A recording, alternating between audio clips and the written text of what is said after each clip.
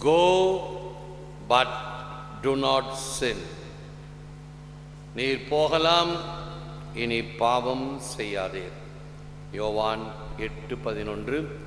இது கிறிஸ்து வழங்கும் வாழ்வு தரும் நற்செய்தி. கிறிஸ்துவே உமக்கு புகழ்.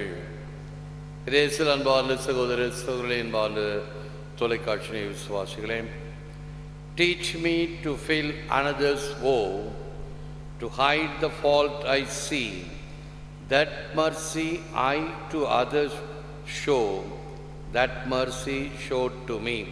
Alexander Pope. பிறர் துயரம் உணர காணும் குறைகளை மறைக்க கற்றுத்தாரும். பிறருக்கு நான் காட்டும் அதே இரக்கத்தை எனக்கு காண்பியும்.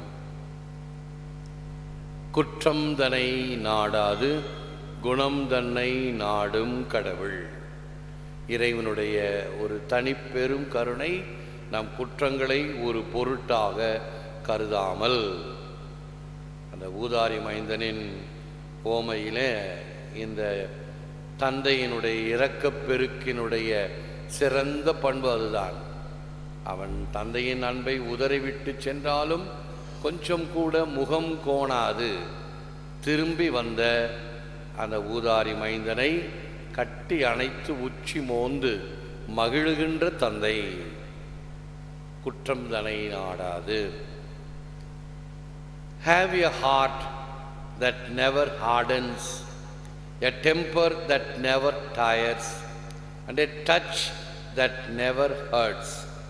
Charles Dickinson. என்றும் கடினமான இதயத்தையும் களைப்படையாத மனநிலையையும் காயப்படுத்தாத உள்ளத்தையும் கொண்டிருங்கள். நாம் அவ்வப்பொழுது காயப்படுகிறோம். பிறருடைய சொற்களினால் அல்லது பிறருடைய நடத்தையால் அல்லது பிறரோடு நாம் கொண்டிருக்கிற உறவு முறைகளினால் காயப்படுகிறோம். உள்மனத்தில் ஆழ்மனத்தில் இவைகள் வழிகளாக, வேதனைகளாக, வடுக்களாக இருப்பதை உணர்கிறோம். அதே போன்று களைப்படையாத மனநிலை, the tenacity of a weed என்று அடிக்கடி சொல்வேன் அல்லவா. எடுக்க எடுக்க களை எப்படி மறுபடியும் முளைத்து வருகிறதோ அப்படி இந்த களைப்பை நாம் போக்க வேண்டும். அப்படியே சோர்ந்து போய் அப்பாடான்னு உட்கார்ந்துடக்கூடாது.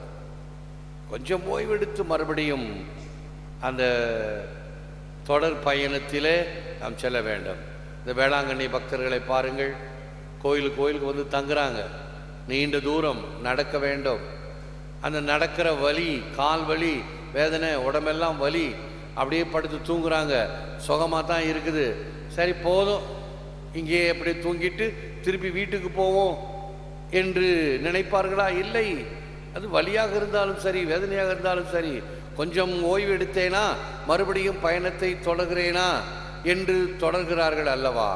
அதே போன்று நம் வாழ்க்கை பயணத்திலும் களைப்படையாத மனநிலை, கடினமான இதயம், நம் இதயம் எல்லாவற்றையும் ஏற்றுக்கொள்ளக்கூடிய, எதையும் தாங்கும் இதயம்.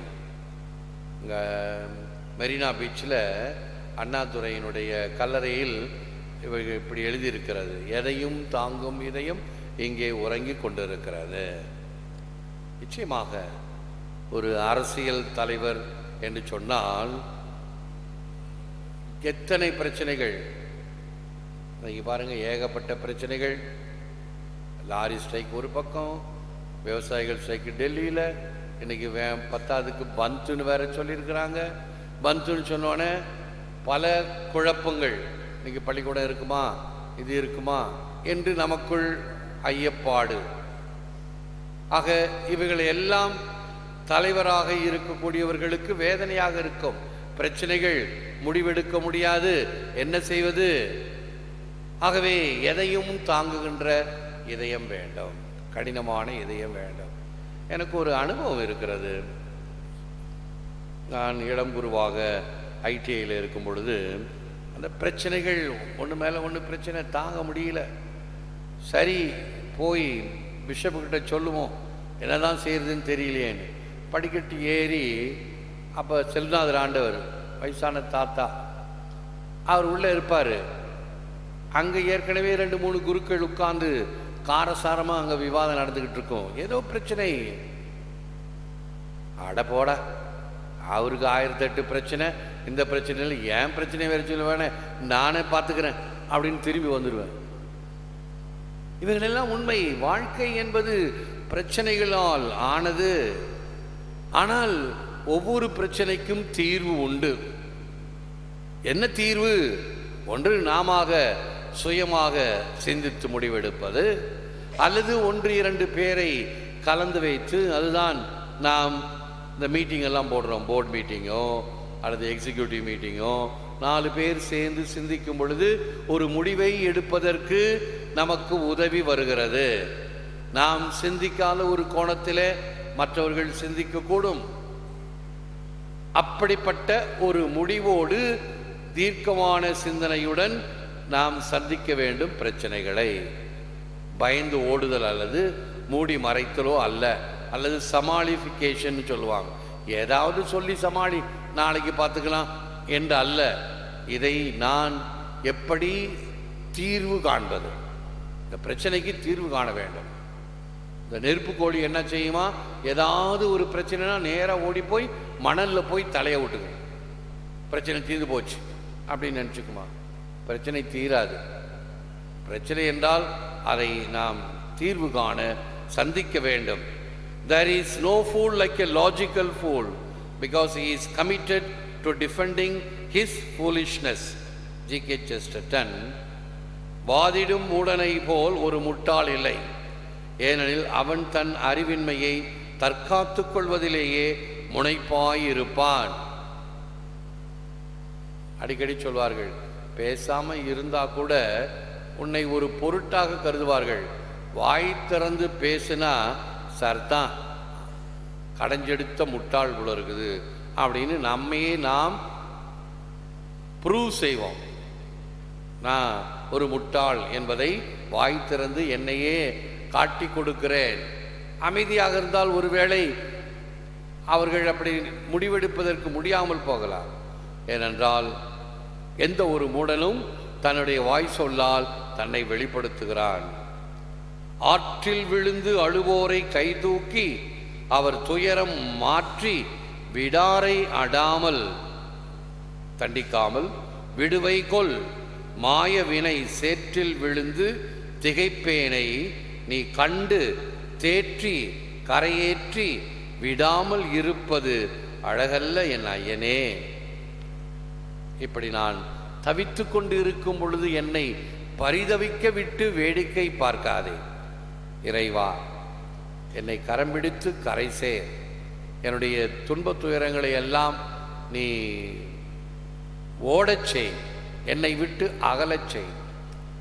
இந்த சில சமயத்தில் நீங்கள் பார்த்தீங்கன்னா, பூனை எலியை பிடிச்சதுன்னா அந்த எலியை உடனே பிடிச்சு சாப்பிடாது, கொஞ்சம் பிடிச்சி விளையாடும். அது ஓடும், இது போய் பிடிக்கும். அது பயந்தடிச்சுட்டு ஓடும், இது போய் பிடிக்கும். கொஞ்ச நேரம் அந்த எலி கூட கொஞ்சம் தமாஷ். அது சாப்பிட போகிறது என்னவோ உண்மைதான். அதுக்கு முன்னாடி கொஞ்சம் அதுக்கு விளையாட்டு காட்டிட்டு சாப்பிடுவோமே அப்படின்றது பூனைக்கு இருக்கக்கூடிய ஒரு குரூர எண்ணம். அப்படி என்னை செய்யாதே, சேற்றில் விழுந்து திகைப்பேனை. அப்படியே கையங்காலம் அடிச்சிட்டு இருக்கேன், என்னை யாராவது காப்பாற்ற மாட்டார்களா என்று இருப்போரை நீ பாட்டு தேற்றி என்னை உடனடியாக கை தூக்கி விட்டு என்னை காப்பாற்ற வேண்டும் என்று எண்ணமில்லாமல் இருப்பது அழகல்ல. அந்த பூனையை போல விளையாடாதே. நான் இங்கு பதறிக்கொண்டிருக்கிறேன். ஆண்டவரே என்னை காப்பாற்றும், ஆண்டவரே நாங்கள் சாக போகிறோம் என்றெல்லாம் சீடர்கள் கதறினார்கள் அல்லவா, பதறினார்கள் அல்லவா. இயேசு அவர்கள் அழிந்து போக விட மாட்டார். என்னதான் செய்கிறாங்க பார்ப்போம், எவ்வளோ தூரம் விசுவாசம் இருக்குது என்று சோதிக்கிறார். பிறகு காற்றை கடிந்த பிறகு, அவர்களை காப்பாற்றிய பிறகு, அவிசுவாசியே ஏன் பயப்படுகிறாய், நாம் இருக்க அச்சமே. முழந்தாள் இருப்போம், ஜெபிப்போம். God our Father, we find it difficult to come to you because our knowledge of you is imperfect. But since Jesus has shown that you are loving, that you are on our side against all that stunts life, so we come to you asking you to forgive our past ignorance and wanting to know more and more of you and your forgiving love through Jesus Christ our Lord. Jesus, St. Augustine. தந்தையாகிய இறைவா, உம்மை பற்றி அறிவு அரைகுறையாக இருப்பதால் உம்மிடம் வர தடையாக உள்ளது. இயேசு எமக்கு உமது இரக்கத்தை எடுத்து காட்டியிருப்பதாலும் அனைத்து இடுக்கண் வேளையிலும் நீர் எம்மோடு இருக்கிறீர் என்பதையும் அறிகிறோம். எனவே உம்மிடம் சரணடைந்துள்ளது எமக்கு எமது அறிவிழத்திற்காக மன்னித்து உம்மை மென்மேலும் அறியவும் உமது மன்னிக்கும் அன்பிற்காக நன்றி கூறவும் எமது ஆண்டவர் இயேசு கிறிஸ்து வழியாக மன்றாடுகிறோம். எங்கள் அன்பு பிதாவே, எம் கடந்த கால அறியாமையை மன்னித்து உம் மன்னிப்பை உணர்ந்து உம் மன்னிப்பில் வாழ வளர வரமருளும். எல்லாம் வல்லவரே, நல்லவரே, உம்மை போற்றுகிறோம், புகழ்கிறோம், நன்றி கூறுகின்றோம், ஆராதிக்கின்றோம். தேவரிதாமே இந்த நற்கருணையிலே எமக்காக விற்றிருக்கின்றேன். உமக்கே நன்றி, துதி, தோத்திரம், புகழ், மகிமை உண்டாவதாக. எமக்காகவும் எம்மிடம் செபிக்க கேட்டவர்களுக்காகவும் குறிப்பாக நேற்றைய தினம் இந்த கட்டுக்களை அவிழ்க்கக்கூடியவர் நீர் என்பதை நாங்கள் நற்செய்தியின் வாயிலாக எப்படி லாசரை சாவிலிருந்து மீட்டதை போல அந்த கட்டுக்களை உடைத்தது போல எங்கள் கட்டுக்களையும் உடைக்கக்கூடியவர் நீர் என்பதை ஆழமாக சிந்தித்தோம். மறையுறை வழியாக இது உள்நாடு வெளிநாடு அருகில் வெகு தொலைவில் என்று செல்வதினால் அநேகருக்கு இது பொருத்தமான மறைவுரையாக அறிவுரையாக இருந்து எங்களுக்காக செபியுங்கள். எங்கள் கட்டுக்களை அவிழ்க்கக்கூடிய வல்லமை பொருந்திய ஆண்டவர் இயேசு கிறிஸ்துவினுடைய அருள் எமக்கு கிடைப்பதற்காக ஜெபியுங்கள் என்று பலர் விரும்பி கேட்டிருக்கிறார்கள். தொலைபேசி வழியாக, வாட்ஸ்அப் வழியாக இவ்வாறு மன வேதனையுடன் இந்த கட்டுக்கள் அவைகள் நோய் நொடியோ மனப்பிரச்சனைகளோ பணப்பிரச்சனைகளோ பிள்ளைகளினுடைய மனப்பிரச்சனையோ எந்த பிரச்சனையாக இருந்தாலும் அழுத்தி கொண்டு இருக்கக்கூடிய வேதனைகள், கட்டுக்கள், இவைகளை எல்லாம் ஆண்டவரே இந்த தவக்காலத்தில் நாங்கள் தொடர்ந்து செபிக்கின்றோம். உமது வல்லமை எங்களுக்கு இவைகளிலிருந்து மீள்வதற்கு, இந்த கட்டுக்களை அவிழ்ப்பதற்கு, கட்டுக்களை உடைப்பதற்கு தேவையான வல்லமையை எமக்கு தாரும். ஏற்று வரமருளும் இறைவா, காக்கும் கரங்களினால். ஆமென்.